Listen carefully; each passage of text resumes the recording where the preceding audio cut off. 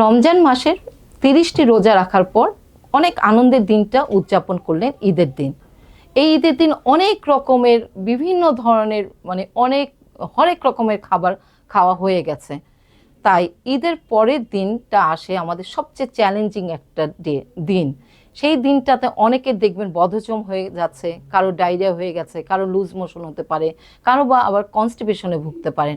তাই এই 30 দিন রমজান মাসের যে 30 দিনে যে আমরা খাদ্যাভ্যাসের বা আমাদের যে খাদ্য গ্রহণের সময় তালিকাটা যে ডিফারেন্ট ছিল, যেমন আমরা সূর্যাস্ত থেকে শুরু করে আমরা মধ্যরাত পর্যন্ত খেতাম এবং সারাদিন আমরা ফাস্টিং থাকতাম বা সারাদিন আমরা না খেয়ে থাকতাম।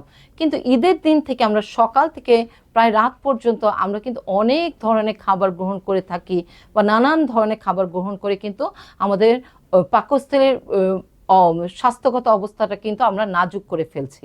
তাই এই কামব্যাক করার জন্য বা আবার স্বাভাবিক জীবনে ফিরে আসার জন্য আমাদের একটু সচেতন হতে হবে, আবার আমাদের নতুন করে শুরু করতে হবে। আবার সকালে নাস্তা থেকে শুরু করে রাত্রের যে আমাদের রাতের খাবারটা পর্যন্ত সুষম এবং সহজ পাচ্য হয়। তো আমরা দুপুরে খাবারে রাখতে পারি লাল চালের ভাত 1 কাপ, এর সাথে একটু শাক বা সবজি রাখা যায় 1/2 কাপ থেকে 1 কাপ, পাতলা করে ডাল খেতে পারেন 1 কাপ এবং মাছ বা মুরগি রাখতে পারেন। অনেক তো হলো মাংস খাওয়া, এখন নয় আমরা একটু মাছে ফিরি, তাই 1 পিস বা 2 পিস আমরা মাছ রাখতে পারি।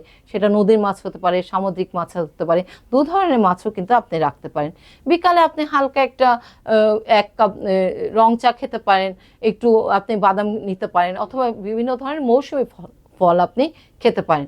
রাতের বেলাটা যারা লেট নাইট ডিনার করেন তাদের ক্ষেত্রে বলছি, দেরি করে ডিনার করলে যেটা হয় আমাদের কিন্তু বদহজম হতে পারে, আমাদের কিন্তু খাবারটা হজম হতে বাধাগ্রস্ত হয়, যা আমাদের কিন্তু স্বাস্থ্যগত অনেক ঝুঁকির সৃষ্টি করতে পারে। তাই চেষ্টা করবেন 8টা থেকে 8:30টার মধ্যে আপনার রাতের খাবারটা সম্পন্ন করে ফেলতে। এবং অবশ্যই যারা টাইপ 2 ডায়াবেটিসে ভুগছেন বা ওজনাতিক্যে ভুগছেন তারা চেষ্টা করবেন রাতের খাবারে ভাতের পরিবর্তে রুটি রাখতে। রুটি, ডাল, সবজি এবং মাছ নিতে পারেন।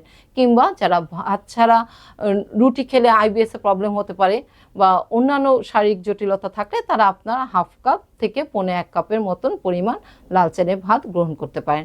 আর অবশ্যই যেটা খেয়াল করবেন, শিশু কিংবা প্রাপ্তবয়স্ক সকলে 1 কাপ লো ফ্যাট মিল্ক খাওয়া খুব প্রয়োজন আছে।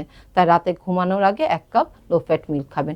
এভাবে করে যদি একটা স্বাভাবিক এবং স্বাস্থ্যকর এবং সুষম এবং সহজপাচ্য খাদ্য তালিকা দিয়ে যদি আপনার দৈনিক খাদ্য তালিকাটা তৈরি করতে পারেন, তাহলে কিন্তু আপনি আবার সুস্থ স্বাভাবিকভাবে আপনার স্বাভাবিক জীবনে আপনি ফিরে যেতে পারবেন।